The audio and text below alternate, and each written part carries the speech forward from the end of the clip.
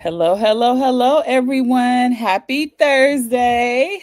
Happy Thursday. Hope you guys are doing well. I was just doing something with my son. He just got home from school and it was just super funny. So, it's exciting. You guys will see it tomorrow. I'm going to post it on Instagram. So, if you follow me on Instagram, be there for my fun Friday. But hey, everyone, my name is Tashina. I'm an executive leadership and team coach, and I help teams and the leaders who lead them collaborate better, resolve conflicts, and actually get things done without all of the chaos. So, today, what I want to talk about is something that every leader I think needs to understand so that you are just more equipped and you're focusing on the right things.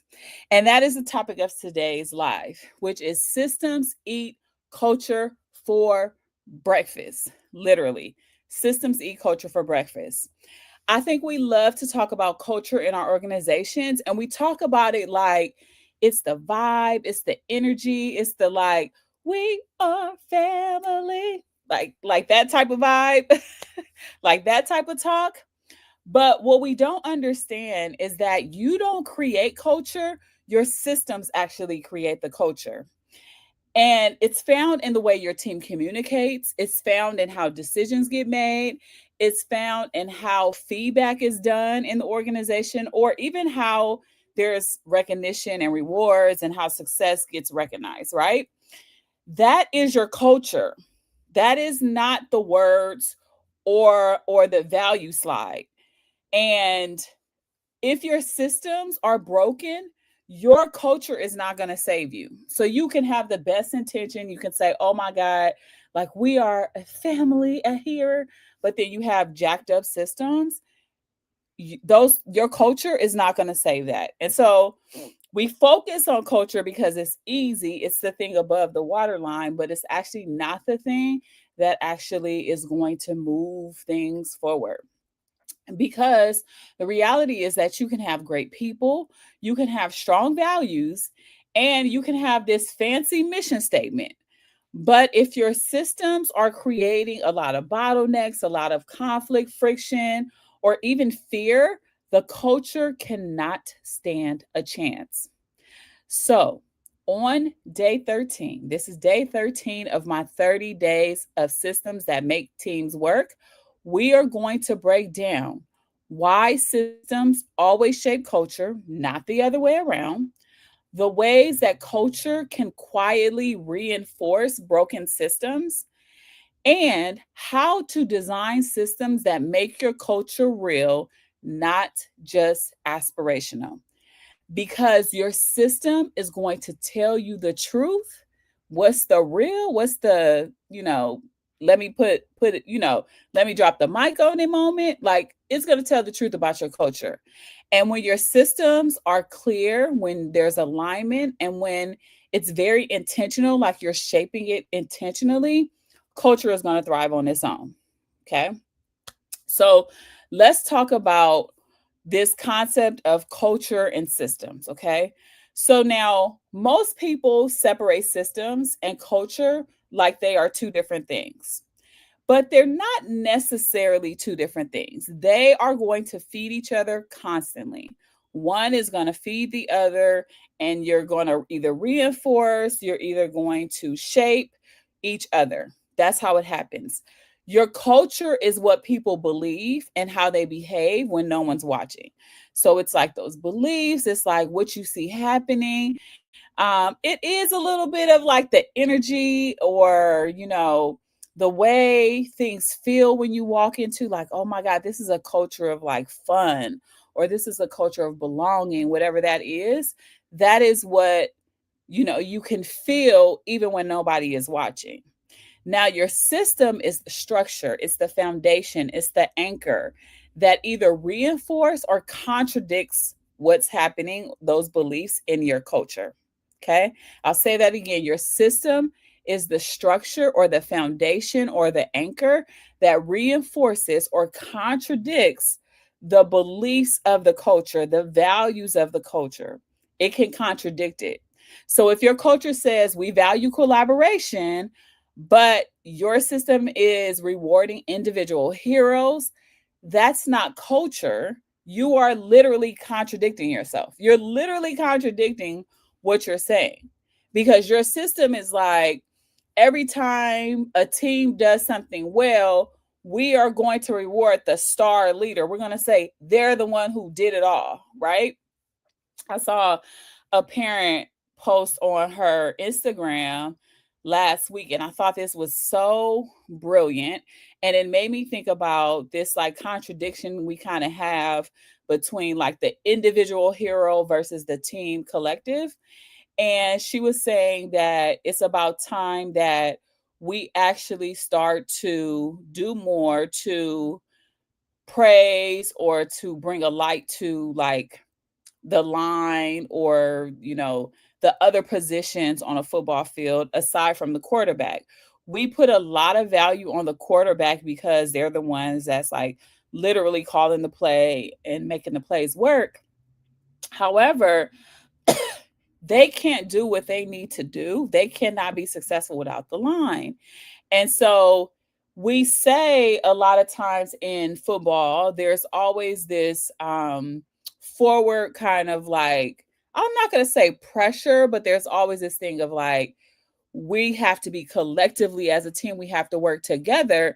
But then the quarterback always gets the lights and the gold stars or more money for that matter. um, your system is actually going against what the real culture is. Okay. So that's a contradiction if your culture is doing that. Now, another example is if your culture says, we move fast, we get things done, we don't hesitate, we iterate, we just jump in, we experiment, but you have an approval process that has 8 different levels, 8 different layers. You don't have speed, you have red tape. So we think our culture is a culture of fast, quick, get it done. But then all these approvals have to happen. Actually, my friend, the culture that people see that they're really experiencing is different than what you said. And it's saying that there's a lot of red tape to get things done. And then again, that's when people start behaving differently. And when you're behaving differently, the culture is being shaped differently because the system is something else. The structure, the foundation, the anchor is saying something else, is built in a different way. And then lastly, if your culture says we care about people, but there's no system for feedback, there's no system for recognition, that just sounds like performative talk, performative, speaking points. Because honestly, nobody is actually being rewarded, only a select few. Some people are not getting very specific feedback. They're getting like this kind of surface level feedback, and then they're being held to these standards and expectations that they had no idea about. If you listen to my other live, I talked about how we need to be very specific about the type of things we need from our bosses and from our managers. Like, really be clear about what we need because otherwise, we are just going to be in this kind of like process or this culture or this system that's not benefiting us at all. The point that I'm trying to make is that action speaks louder than words, and your system always tells the truth about your culture. It's always going to tell the truth. Okay. So I don't even have to ask a person, what kind of culture is this? I need to ask questions like, how do you get feedback? How do you make decisions? What's the turnaround time for projects? How do projects get decided? How do you guys work together? Is it solo? Is it with a team? How many meetings are you in? I can ask very specific questions like that, and it's going to tell me everything I need to know about the culture. This is why systems eat culture for breakfast, because systems are what actually feed your day to day behavior. Again, your systems will feed the behavior, will change the behavior, will shift the behavior. On day one of this live series, I said that if I am in one organization, and I am being rewarded for collective wins, I am going to always look for ways to be in partnership and with a collective with my team. But if I go to another organization that rewards me based on commission, incentives, individual behavior, it's going to be a dog eat dog world. I am about to go for what I can go for. It's mine's, right? It's mine's. I'm going to get it. And so that's what I usually see in these different systems, right? And we just have to be aware of that. Now, sometimes culture will lead, culture will kind of carry the torch, but it will be very unintentional. And that's why, whenever there is a big initiative at work, the first thing that people go to is culture because it sounds easier, right? It sounds like, let me just figure out the culture from there. Let me work on that. We have to build our culture, or we have to have a better culture, or our culture needs to be cleaned up, are all these things that I hear a lot.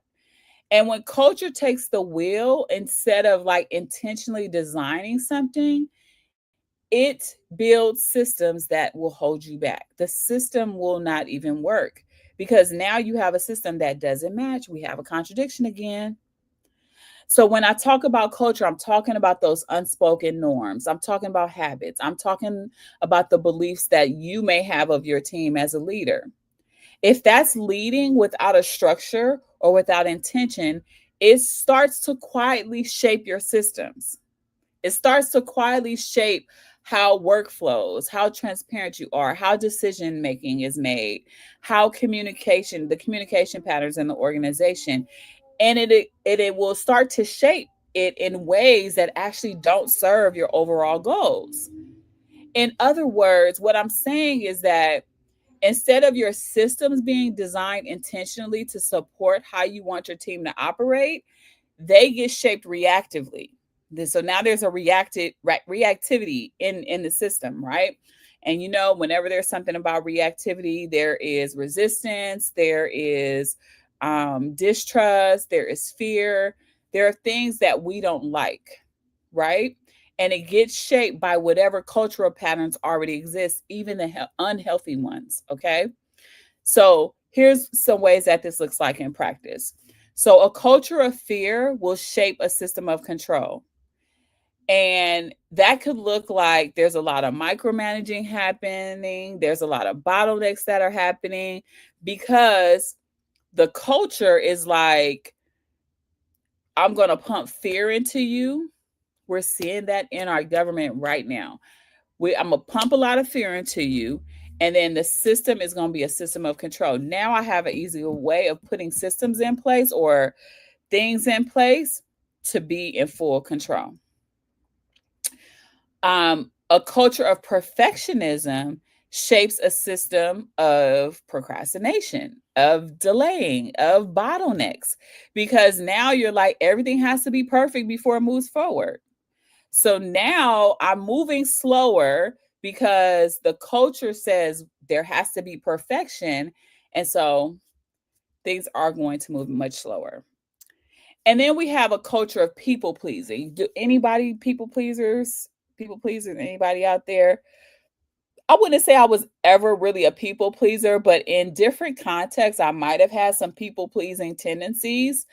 And usually with people pleasing tendencies, it shapes a system of no accountability because now if someone does something to me, I'm going to resist conflict. I'm not going to want to meet conflict where it needs to be addressed.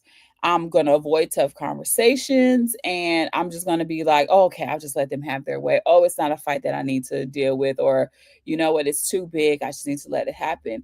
This is how it people pleasing for sure starts to create these systems of control. And so we have to be careful of that because otherwise we just, we're in the culture becomes a culture of fear, of perfection, of people pleasing, right?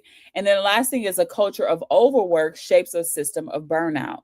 So if I am expected to be on 24/7, y'all, please, if you are the leader who sends emails after hours, after 5 o'clock, or after whatever time everybody is off. Stop doing that. If you really need to get those thoughts out, write the email, schedule it to go out the next day, right? Because then people have, you are creating, as a leader, you're creating a culture of continue to work. Because let's be honest, like you have, as a leader, you have to assume and you have to know that you have some power and privilege because of your title and because of being the lead. People are not going to ignore your email if they see it. They're going to respond, even if it's after hours, and you are going to react by responding back, right? And so then you guys are talking at 10 o'clock at night over email for work, right? And that can create a system of burnout. And then people move slower, things don't get done like they're supposed to be done. Things get overlooked. There's too much work and there's a bunch of priorities. Now things are bottlenecked. Like all these things, like there's just this domino effect of when we allow our culture to shape or to reinforce a system that wasn't intentional and that wasn't built correctly in the first place. So, how do we design systems that support the culture that we want? The first thing, y'all, is stop trying to fix people. I'm just going to say that first because I think that we think if something is wrong with the system or the culture looks like something is wrong, the first thing we do is, do we have the right people? Maybe that person isn't a good fit. Maybe that person doesn't belong. Maybe we have to, performance them out. Maybe it doesn't work. Let's not try to fix people and let's start to look within our systems to understand if it is set up in a way for people to thrive. So start aligning your systems with the culture you say you want. That's what we're going to start off, okay? We're going to align the systems with the culture that we want. So here are four steps in order, or three steps in order to do that. So the first step is you have to name what is missing. You have to name the gap.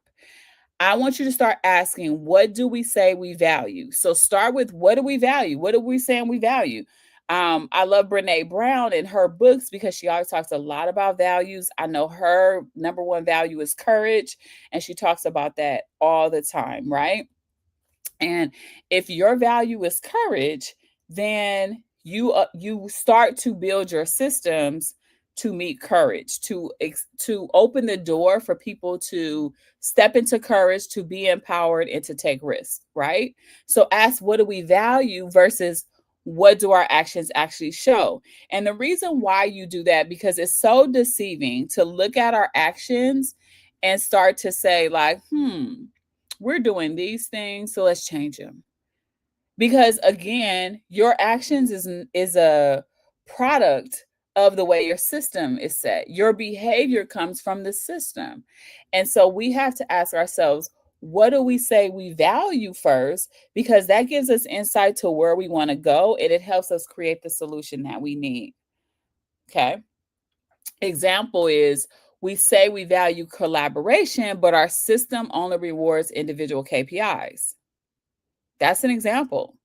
If you say your value is collaboration, but your system only rewards the behavior, the action only rewards individual KPIs, I'm not going to look at, oh, we only reward individual KPIs and, try to like fix from there when my value, my culture, if I'm trying to shape culture, I want to start with my values. That's where I want to start with, right? You can't fix what you won't name. So you have to just acknowledge and name what you're saying.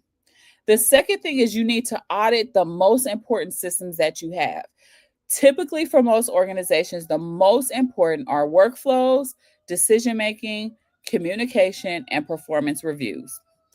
Workflows, decision making, communication norms, and performance reviews.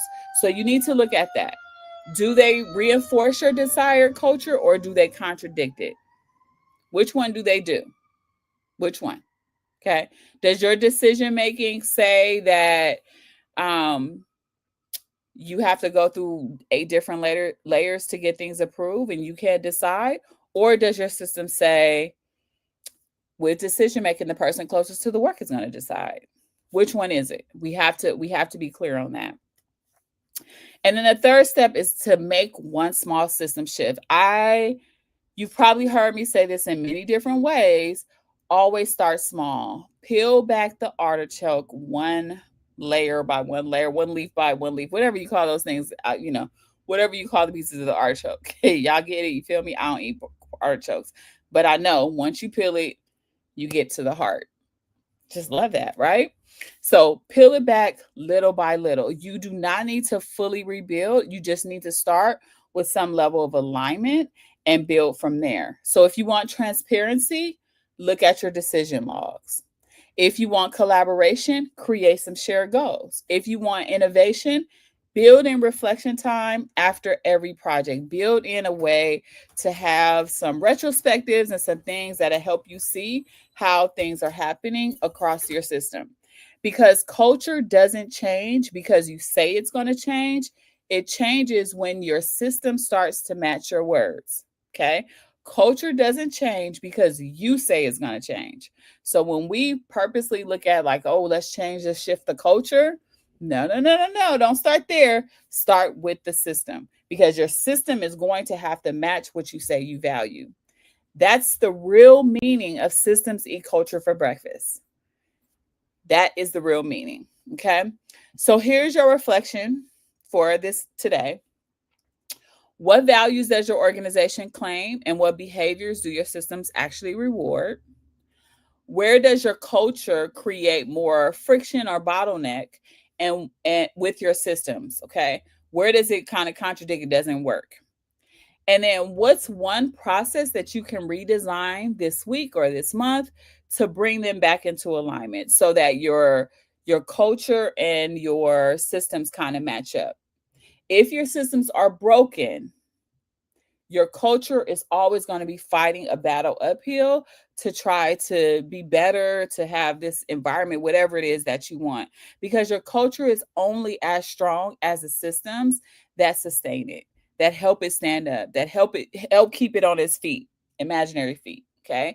If you want your team to move faster, if you want them to have more trust, if you want them to build things bigger, better, faster, don't just look at a culture deck. Just don't look at, okay, so these are all our values. Let's talk about it. And I do a lot of exercises in my teams that I work with where we look at values and we talk about individual values. We talk about team values. We talk about those things, but they're only good as the operation in the background, the system in the background, the foundation, the anchor, the thing that is holding up the culture on its feet. Because at the end of the day, again, systems eat culture for breakfast. And when your systems are designed for trust, designed for flow, designed for accountability, your culture won't just sound good on paper. It's actually going to be a culture that works, that thrives, and that your people are so excited to be in. Okay. So go ahead, do that reflection. Look at, have we been looking at culture wrong? Have we been trying to shape culture wrong? You probably have. I'm 95% that you have.